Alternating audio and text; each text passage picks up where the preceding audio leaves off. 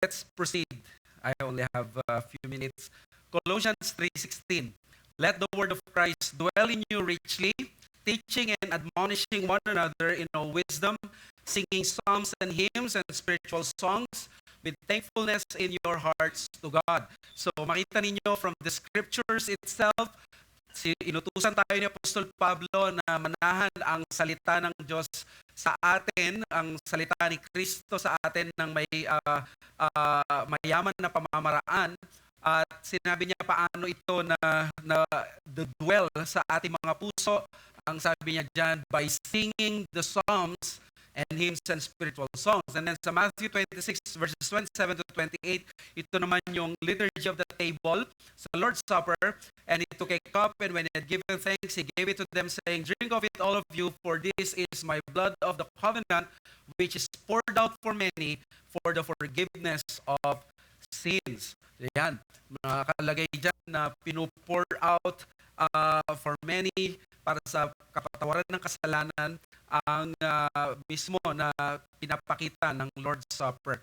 Now, as I want to explain these things sa inyo, bilang isang Reformed church, we by definition continue to reform our church. Semper Ecclesias Reformata, Semper Reformanda. A Reformed church is always reforming according sa Word of God. At of course, pag sinabi natin we are reform according to the Word of God, sinasama natin dyan yung paniniwala natin na we are not believing in solo or nuda scriptura, na Bible lang ang hawak natin. We respect and we have reverence sa mga council, sa confessions, at sa mga traditions. Kaya in-include natin dyan na ang ating mga tradition, ini-inform at sinishape niya yung ating mga practices.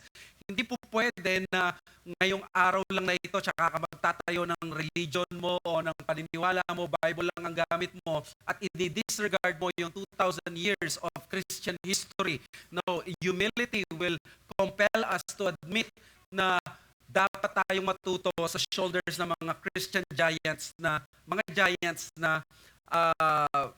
ginamit ng Panginoon. Kaya naman, continuous reformation happens when we conform our practices on the scripture and keep the gospel central in the life of the church, especially in worship. Ibig sabihin nito, kung gusto natin na maging according sa Word of God at ang ating pagsamba sa Panginoon ay nakabase sa pagiging Reformed Church natin, ang lagi dapat nating ginagawa, we keep yung ating ginagawa, we keep the gospel central sa buhay ng iglesia. Ibig sabihin, ang pinakamahalagang bagay, even yung ginagawa natin na mga, let's say, ministries, or lalo na itong liturgy natin, dapat gospel-centered siya.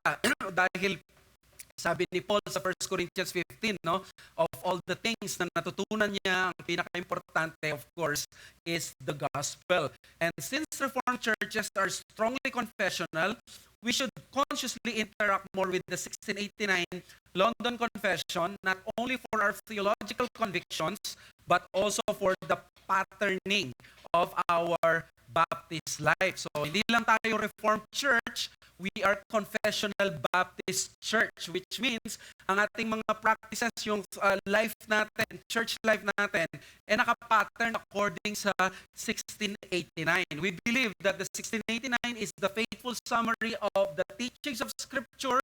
So therefore, hindi makakatulong sa atin kung sasabihin natin na Bible lang ang gagamitin natin. We believe the Bible as the final authority, pero people who have gone before us ay sinamarize na yung teaching ng scriptures, and we believe ang faithful summary nun ay nasa 1689. So the point here is that the word and sacrament, being the primary means of grace, deserve our utmost effort to make the gospel clear and central every time they are administered. In other words, sinasabi dyan, ang gusto kong i-emphasize sa inyo mga kapatid, kung tayo ay isang Reformed Confessional Baptist Church, ang ating at pinakamahalaga sa atin na yung word at sacrament, kapag gina-administrate natin ng mga to, dapat ay hindi natin hinahayaan na nagkakaroon ng confusion. Dapat klarong-klaro because these are the times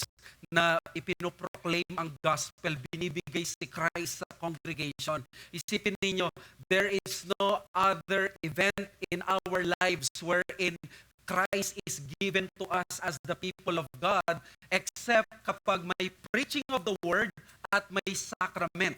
Hindi yan binibigay kapag may meditation lang tayo, kapag nagpe-fellowship tayo. Those are means of grace, but the official public means of grace and the most important is of course the preaching of the word at ang sacraments. Kaya nga naman sa mga reform, ang preaching of the word ay ang essential mark of a true church. At ang sacraments, they are what they call the secondary or maintaining marks of a true church. Kaya lagi nating isipin, kapag preaching, kapag Lord's Supper, these are the special at natatanging moments sa buong week natin where Christ is given to us. We are being fed upon Christ. Kaya kapag ginagawa dapat natin ito, ang point ko is that as pastor, I have to make sure na kapag binibigay ko si Kristo sa preaching ko, si Christ ay malinaw na naipapangaral. Hindi clouded ng maling katuruan o kaya naman ng antinomianism, ng legalism at ng ganung bagay. At kapag nag-Lord's Supper tayo, clear din dapat ang gospel, hindi natin ito ina-extend sa iba na mga unbelievers so that sila ay pwedeng magkaroon ng confusion na ang Lord's Supper pala ay pwedeng extend sa mga taong hindi na kay Kristo. At kung mapapansin nyo sa ating pong, ang tawag dito sa ating liturgy, meron kayo liturgy, di ba, natatanggap pag morning and then afternoon worship, merong bago tayong inaawit. At ito yung mga psalms. Ang tawag dyan ay yung psalmody. Nagkaroon na tayo ng psalmody in the liturgy. Dati, hymnody lang tayo, which we sing hymns. Ngayon, nagkaroon ng psalms. Ang ating kapatid, si Jose, ay tuturo niya dapat ito. Pero nung hindi siya nagkaroon ng pagkakataon, ako na lang ang magtuturo ng kaunti. Dahil gusto ko lang i-explain ng sarili ko bakit umaawit tayo ng psalms. So, naisip niyo na ba bakit may ganito tayong ginagawa ng Sunday morning and Sunday afternoon? Tayo ba ay nanggagaya lang, gaya-gaya, putumaya? Or ito ba ay uso? Or parang nagustuhan lang ng pastor? Or is there a deeper conviction? Now, listen to this. Many Reformed Baptist churches have not yet utilized the best of theologically rich hymns in the history of the people of God. Kung maghahanap ka ng mga best or yung pinaka-theologically rich na kinakanta ng people of God sa simula at yung pinakamatagal na kinakanta ng people of God at ng church ng mga hymns, what do you think are those hymns? Kahit ang pinaka-famous na hymn natin ngayon ay Amazing Grace, it's not Amazing Grace. They are the Psalms because they have been sung by the people of God for thousands of years already. The Psalms are the hymns of Israel and they are the songs of Jesus. And they're not merely serious reflection of theology by the saints, they are the inspired hymns. In the Bible, they are the inspired hymns of the church. Meron palang inspired na mga songs na kinakanta ang mga Kristiyano noon at hanggang ngayon. Pero sadly, sa panahon natin with the invasion of contemporary Christian music or CCM, yung seeker-sensitive services, SSS, at yung modernistic na pananaw sa pag-worship na nag-proliferate with the examples of Bethel music at ng Hillsong na wala sa sirkulasyon at sa atensyon ng mga Kristiyano ang mga Psalms. Iilan na lamang and mostly sa mga Reformed conservative churches. Pero tingnan natin ang confession natin. Ang confession ba natin ay nagsusupport sa psalm singing?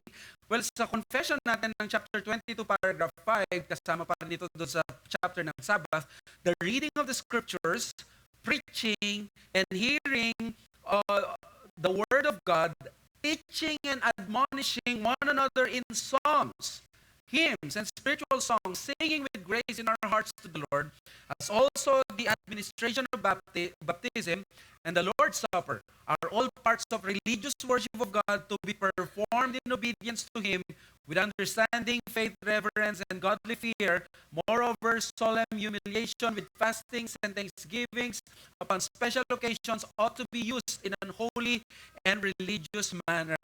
Narinig niyo po ba, mga kapatid, ang paragraph 5 ng chapter 22 natin? Sinasabi niya dyan, ang pag-awit ng mga psalms ay bahagi ng religious worship of God.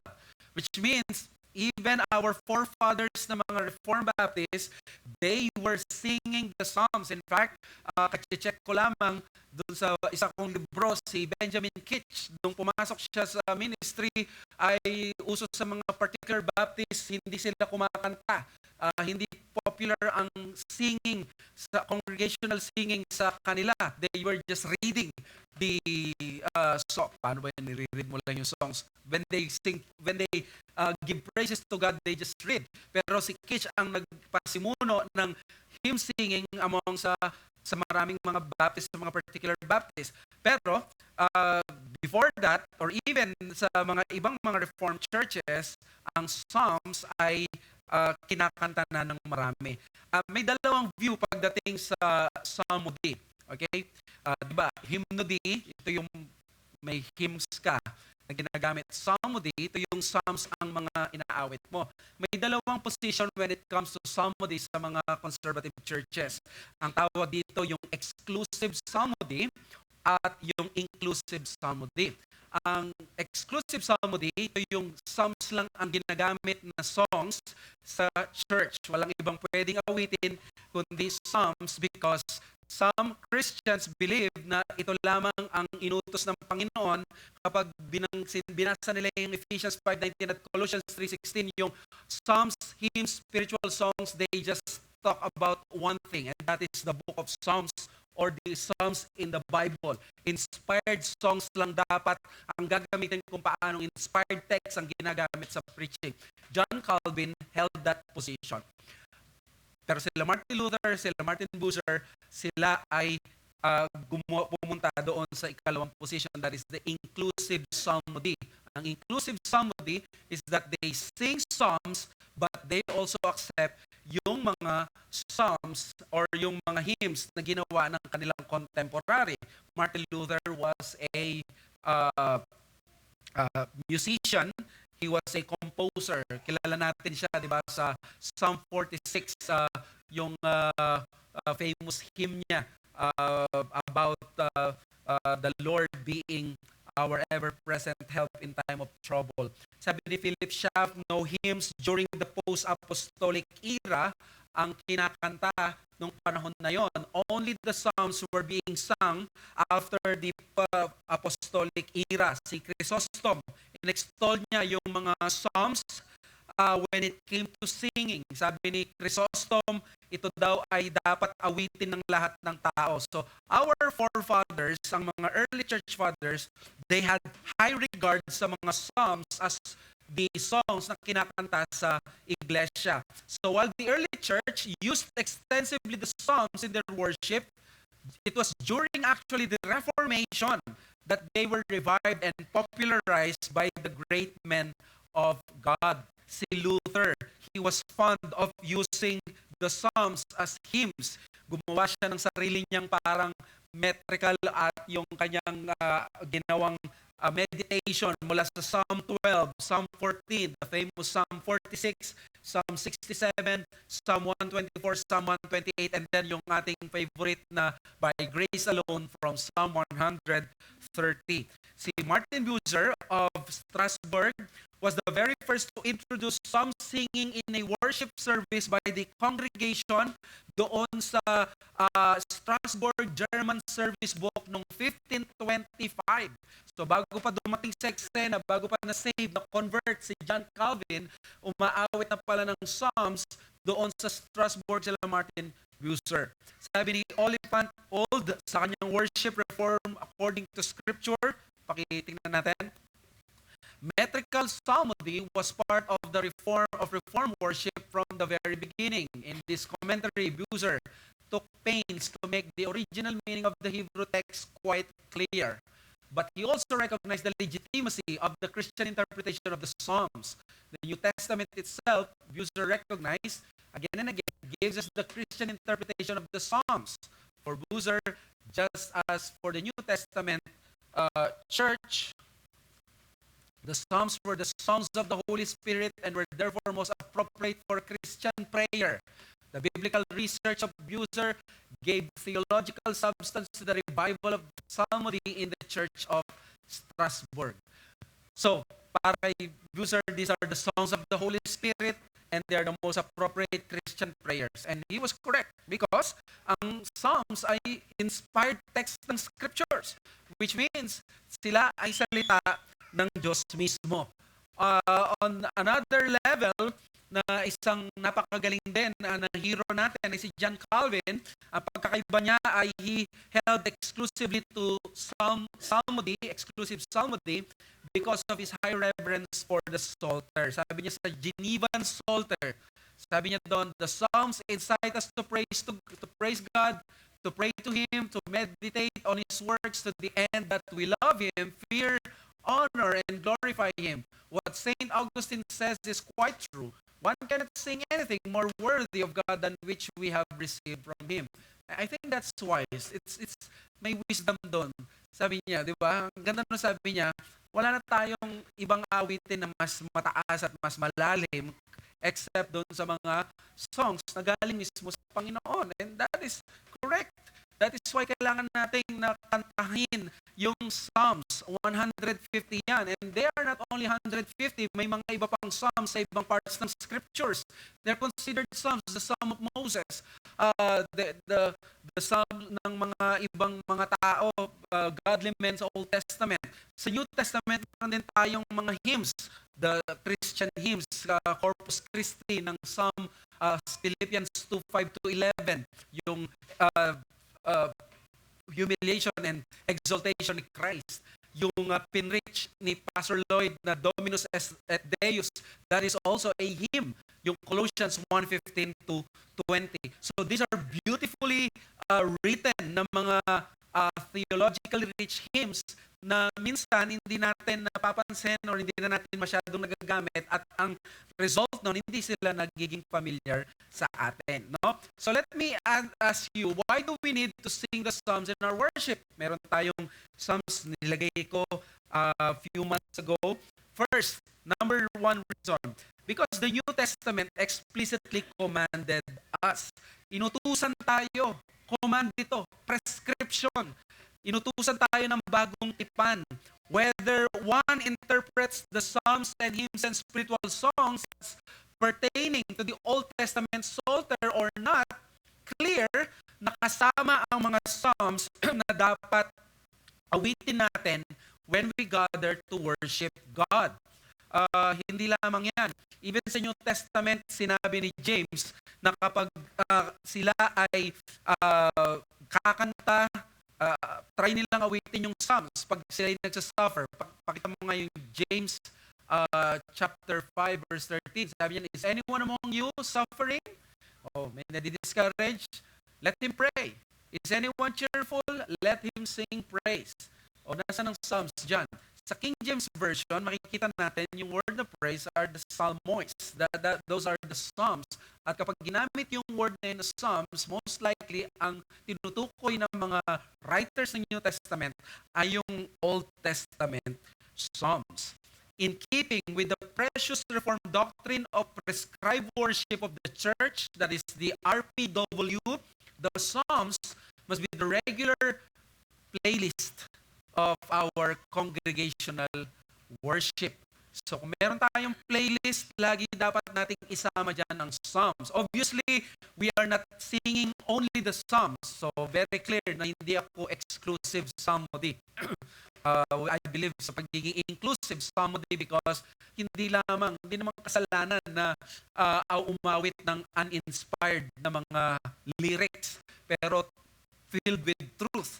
Ganun din ang ginawa nila Luther. They meditated upon Psalm 130, and what was the result? The result was by grace alone, di ba? A song that we cherish. Kaya doon sa 1689, sa chapter 1,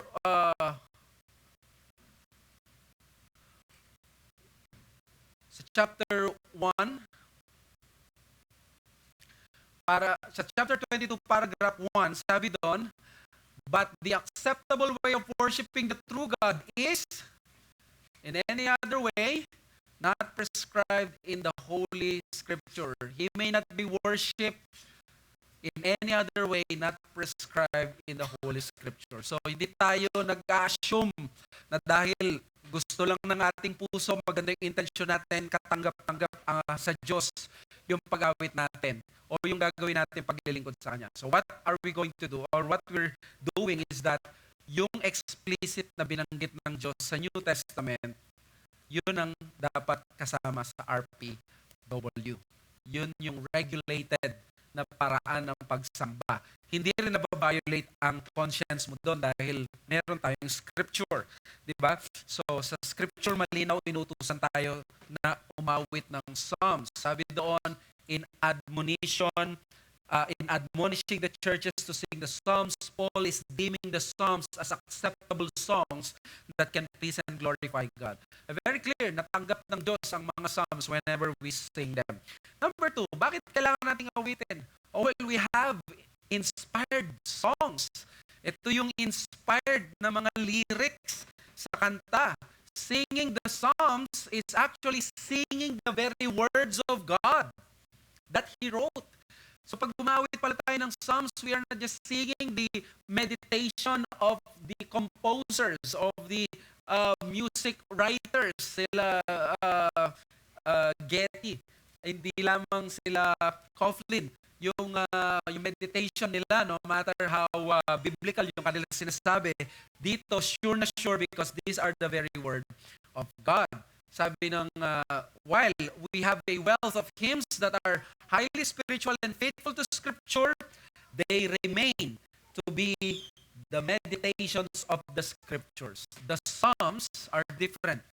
They are Scriptures. Yan ang pagkakaiba ng Psalms natin. No? Kaya sabi ni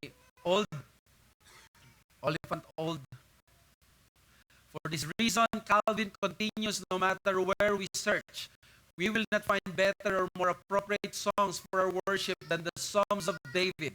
For after all, these songs come from the Holy Spirit.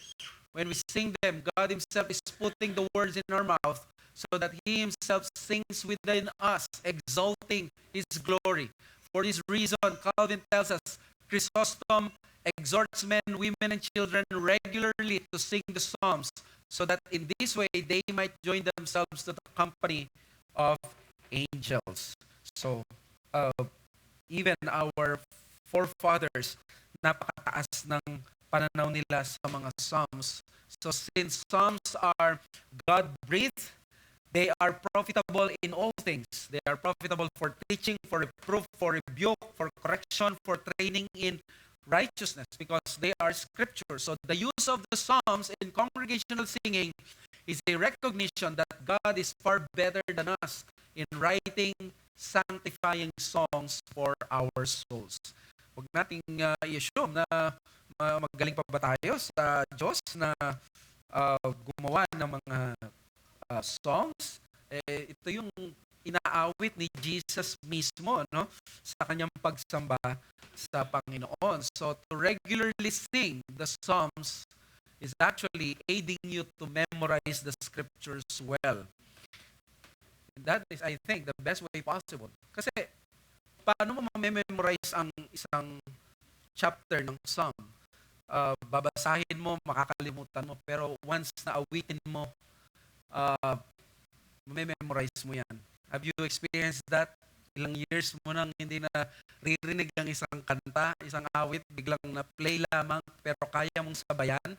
As a person na I really love lyrics sa mga songs, I really appreciate songs na may lyrics, may kwento, may depth, may lalim. natatandaan ko yung mga lyrics na yon. I even meditate on those lyrics ng mga secular songs. How much more when it comes to the Word of God? So mas maaalala natin. In fact, nung kami ay hindi pa reform, sa mga fellowships namin, we sing verses sa Bible. Meron kaming inaawit Psalm 48, great is the Lord and greatly to be praised in the city of our God, in the mountain of His holiness. So, na-memorize mo yan. Matthew 6:33, 1 John 3:1, Beloved, let us love one another. 1 John 4:8, King James Version ang gamit namin. Kaya hanggang ngayon, yun ang pag kino-quote namin ng scriptures, ang text na yun, King James ang lumalabas because we were singing those verses, and those are very good ways of remembering the Word.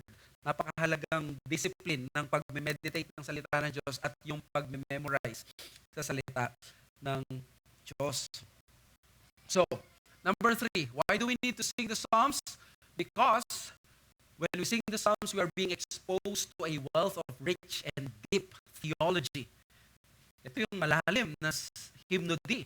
Singing the Psalms induce biblical spirituality, theological accuracy, and devotional gravity in the worship of the church. Kaya sabi ni Joe Holland, sabi niya, Martin Luther said of the Psalter that it might well be entitled a little Bible, wherein everything contained in the entire Bible is beautifully and briefly comprehended. The 150 Psalms cover the span of theology. To learn the Psalms is not just to learn a specific topic of theology. It is to learn about every area of theology: anthropology, theology proper, theology of scripture, Christology, soteriology, ecclesiology, and eschatology are all covered in the Psalter. Napakarami, very vast, very wide-ranging ang mga Psalms natin. Unang-unang ginagawa niya sa atin, no? Biblical spirituality. Ang Psalter, it assures us with theology that saves, sanctifies, and comforts because they were written by men who were guided by the Spirit of God. Isipin ninyo, biblical spirituality, ikumpara mo yan sa mga songs na got joy, joy, joy deep down in my heart. Where down in my heart. Pag ulit-ulit mo yon, lalo na yung mga contemporary songs na 7-11, 7 words, 11 times repeated, napunta na kami sa mga naging visit namin sa mga churches. We were there as guests at na first time ko maranasan yung ganon na inawit basically parang 2 linya lang. It's really 2 lines. Parang pag may poem, di ba may 4 lines yan. Yung 2 line na yun, inulit-ulit siguro mga 30 times. It's just, akala ko, extreme lang yun. Akala ko, nung nasa reform, or yung sa reform circles ay hindi naman siguro ganun yun, extreme lang kayo. Pero totoo pala, may mga ganung mga churches na inulit-ulit lamang yung mga words na ginagamit nila. And you know, ang mga Psalms sobrang comforting because lahat sila, they are so God-centered, laging nandun ang hope sa Diyos. Lahat ng Psalms, 150 Psalms, except for one, ay nagtatapos either in comfort sa promises ng Diyos at sa pangako ng Panginoon. Lagi yan. There's only one psalm na tinawag na darkest psalm. Ang Psalm 88. Nagsimula siya na dark, nag-end siya na dark. That is the only psalm na kakaiba. Pero every psalm after that ay puro biblical ang spirituality. Kaya the spirit-filled Christian life is manifested also in singing the Psalms. Yan ang natutunan natin sa Ephesians 5:18-19. Sabi niya dyan, do not get drunk with wine, for that is debauchery, but be filled with the Spirit. Ang command lamang dito sa text na ito, yung be filled with the Spirit. Yun yung command. So ang tanong, is paano mo may papakita na ikaw ay filled with the Spirit. Kunin mo yung mga gerund, yung word na may ing, addressing one another in psalms and hymns, spiritual songs, singing, making melody to the Lord. Tapos sa susunod, submitting to one another. Husbands, love your wives. Loving your wives. Wives submitting to your husband. And then, yun yung paraan at yun yung demonstration ng isang taong filled with the Spirit. Ang kanyang inaawit, bukang bibig niya ay mga psalms, hymns, and spiritual songs. And then, hindi lamang biblical spirituality. Di ba? Ang daming mga songs natin ngayon, sabi nga nila na ismuggle ang mga heresies through the worship leaders na hindi familiar sa theology at sa mga songs na pinapaawit na inconsistent sa theology ng church. You would not want na makapag-preach ako dito ng in error sa ating theology, but somehow ang mga churches, they allow hymns na inaawit sa mga churches nila na contrary sa kanilang theology na very man-centered. Hindi lang yan, theological accuracy. The Psalms are free from heresy and effectively protect the church from errors often being smuggled into the church through these songs. Sa mga kanta, nakakapasok yung mga maraming mga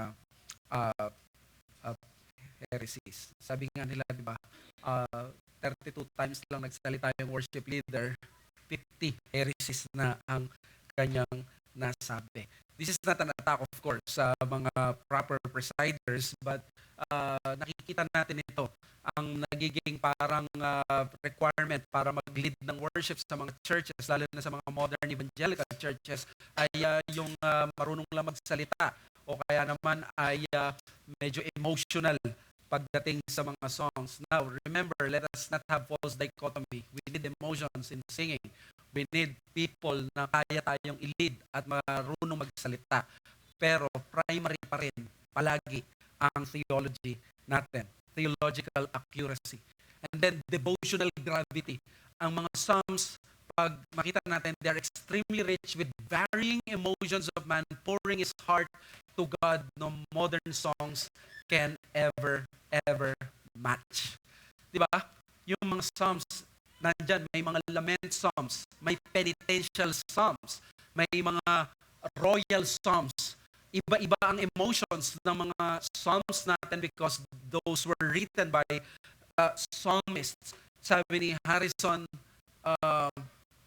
Perkins, godly anger, heart-wrenching sorrow, dark depression, effulgent joy, honest questioning, and exuberant praise are just a sampling of the emotional range covered by the Psalms. Most churches sense the burden of teaching their people how to think. Very few consider the responsibility to teach their people how to feel. Christians do not struggle with feeling. Feeling just happens. But our feelings must be trained by the gospel as much as our minds must. The Psalms serve as the classroom of our affections. Natitrain tayo ng Psalms paano mag-express na ng hindi plastic piety, na hindi pala blasphemous yung mag-express tayo ng disappointments whenever we sing our songs sa Panginoong Diyos. Alam niyo, maraming mga Psalms depressed yung psalmist. Makikita natin yan, why are you cast down, O my soul? Sabi ni David. Maraming mga inaawit dyan na punong-puno ng emotions, ng deep anguish dahil sa kanilang kasalanan, dahil sa kasalanan ng iba, yung threat ng judgment ng Diyos. Pag nakita mo yung Psalm of Ascents sa Psalm 120 hanggang sa Psalm 134, makikita mo naman yung mga songs na yon na ano yung alalahanin ng mga mananampalataya pagpapunta sila ng templo, bibisita sa Jerusalem. Now, Psalms, I think, they are some of the antidotes or they are death sentence to the popular but shallow, trite, and repetitive songs of evangelicalism today that are usually superficial. Yung masyadong pagtataas sa worst ng tao, again, it's not wrong na sa mga lyrics natin, we express our desire to worship God. But there is, of course, na malaking mali kapag ang laman na lang ng isang buong hymn ay yung pag-express mo na lang ng praises mo sa Diyos. There should always be that recognition kung sino ang kausap mo, kung sino yung Diyos, at na-meditate mo yung kanyang attributes. Alam nyo, sabi ni Tim Challies, malalaman mo daw ang isang power ng isang hymn kapag yung hymn na yan ay kaya mong awitin sa isang hospital bed.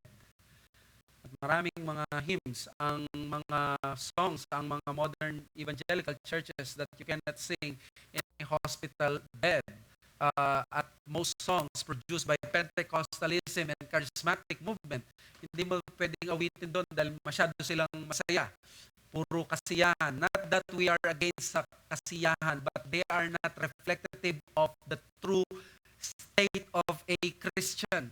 Ang isang Kristiyano, hindi siya palagi na masaya. Kailangan aminin niya sa sarili niya, maraming mga araw na disappointed siya, maraming mga araw na nasa anguish siya sa kanyang kaluluwa. And that is the problem.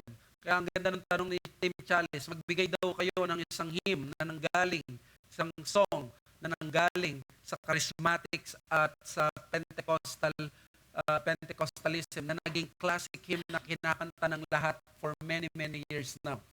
Pentecostalism started in 1904 sa Azusa Revival. That's more than 100 years old na siya.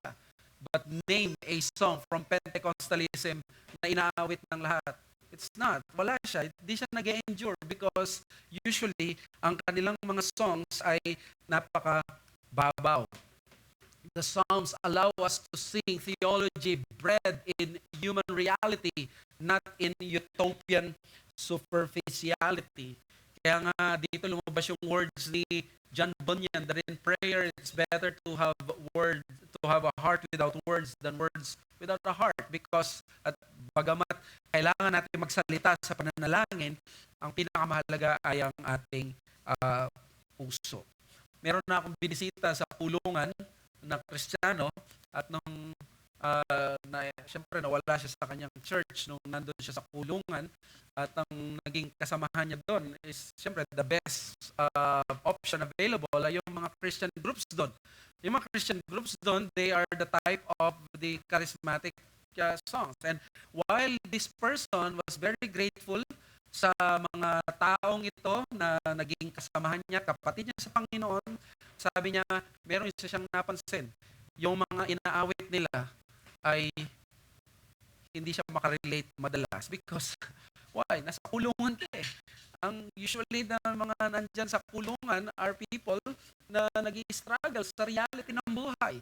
They cannot just be superficial about themselves na hindi nila pwede lokohin sa sarili nila na lagi ako masaya. No, even though you have the Lord Jesus in your heart, yes, you can rejoice while you are in prison, pero hindi mo pwedeng i-deny that you are in a fallen world. You are subject and you may succumb to grief, sorrow. Pag namatayan ka, iiyak ka. Pag may nangyaring masama sa iyo, masasaktan ka. Those are emotions that you must not deny. You have to treat them with the gospel and with the promises of Christ like balm of Gilead. Number 4, why do we need to sing the Psalms in our church? The Psalms are the songs of Christ, about Christ, and for Christ. Yan ang Psalms. They speak to us about Christ. Ang Bible, ano yung central theme ng Bible? Si Christ. Ang Old Testament ay part ng Bible. Therefore, the Old Testament is about Christ. If we believe that, we can conclude that Psalms are ultimately about Christ. Kaya pala, ang mga Psalms, meron tayong tinatawag na Messianic Psalms. Kaya pala si Jesus nung nasa krus siya, marami doon ay prophecies mula sa Psalms dahil siya palang tinutukoy doon. Nung humiyaw siya, Eli, Eli, lama sabachthani. That is from Psalm 22. Those are Messianic Psalms na na-fulfill sa Panginoong Jesus. Kaya it can only mean one thing. The Psalms were about Jesus, and Jesus himself read and quoted the Psalms. Ang isa sa pinaka-quoted na Bible sa New Testament or na Old Testament book sa New Testament ay ang Psalms. Kaya ang daming mga na-fulfill sa Panginoong Yesus dito sa Psalms. And then, singing the Psalms is singing the very beauty and the glories of Christ's person and work. Alam niyo ba na merong pag-aalala yung iba. Ang sabi ng iba, pag ginawit natin yung Psalms, magiging irrelevant yan sa mga Christians kasi from the Old Testament yan, wala naman local church sa Old Testament eh. Pero isipin mo, si Paul, nasa New Testament, inutusan niya ang church ng Ephesus at ng Colossae na siya mismo, familiar siya sa Old Testament at sinabi niya, you sing the Psalms. O New Testament sila, pero sinabi niya, you sing the Psalms because ang Psalms ay ang hymn book ng Israel. So therefore, the Psalms were about Jesus. Alisin natin sa isip natin that the Psalms were not about Jesus. In fact, they are the very proclamations of the glories of Christ's person and work. Maraming mga bagay maintindihan mo ang cross kapag nabasa mo yung Psalms. Nabasa mo yung sa Psalm 22 na tinalikuran siya ng Ama at siya ay kaya siya napahiyaw na Eli Eli lama sabachthani, Father, why have you forsaken me? So, maintindihan mo lalo yun pag tinignan mo sa Psalms sa context niya na talagang inabandon siya. Hindi ko makalimutan ng Psalm 88 when I heard the sermon on Psalm 88, the darkest psalm, walang hope, puro discourage siya. Bakit? Dahil ang ginamit na word doon ay yung word na exile is the word cast away that is to be excommunicated sa Old Covenant people of God.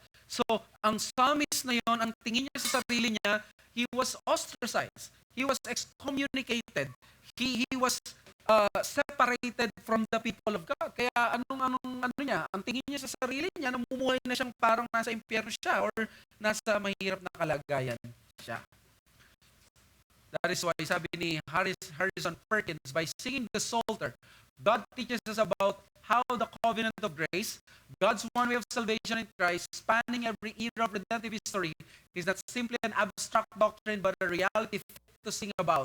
We join in singing the beauties of Christ, singing Old Testament words because Christ was the Savior for them, just as much as He is for us, delighting our hearts as the only Redeemer of God's elect, moving us to song. Sobrang na-appreciate ko talaga si Christ sa Old Testament when I took the subject sa CBTS ng the Old Introduction to the Old Testament. At nakita ko doon mas na-emphasize sa klase namin na ang pinaka-center ng Old Testament ay si Christ. Ang laman ng Old Testament ay si Christ. So therefore, kung ang buong Bible, 70% ay Old Testament, and the Bible, ang center niya ay si Christ, then therefore you've got to believe na si Christ ay nandyan sa pages ng Old Testament. Hindi lang siya naka-reveal in New Testament language na revealed na siya. Nandun siya sa shadows, nandun siya sa allusion, nandun siya sa mga prefiguring ng Panginoong Diyos sa mga language ng hindi pa substance, but Christ was already there.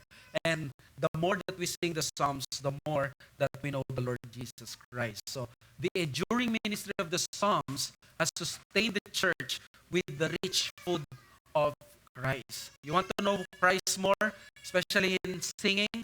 Let us continue to love the Psalms. I will stop here because of the time. Tutuloy natin to next week about the liturgy of law and gospel, and then the issue ng Lord's Supper, why we do what we do. So, if you have some questions, let us pray first. Father, we thank you for what we have heard today. Thank you for the blessing na meron kaming Psalms at binuksan mo ang aming isip na kantay ng mga Psalms. Hindi man kami exclusive somebody, but at least Lord, every worship we get to hear an inspired hymn from your hymn book and how rich they are. At nawa tunay na mag-minister to sa aming mga kaluluwa. We ask these things in Jesus' name. Amen. Questions?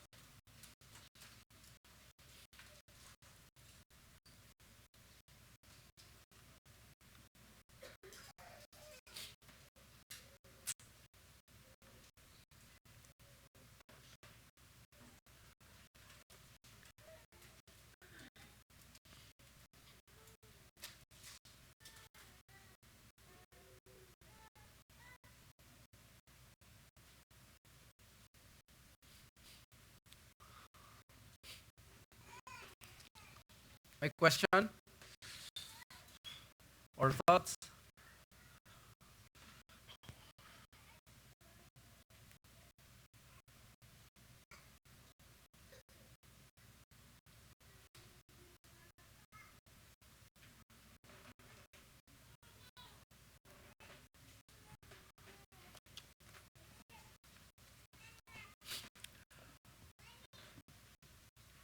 Okay, so kung wala, let's take a break.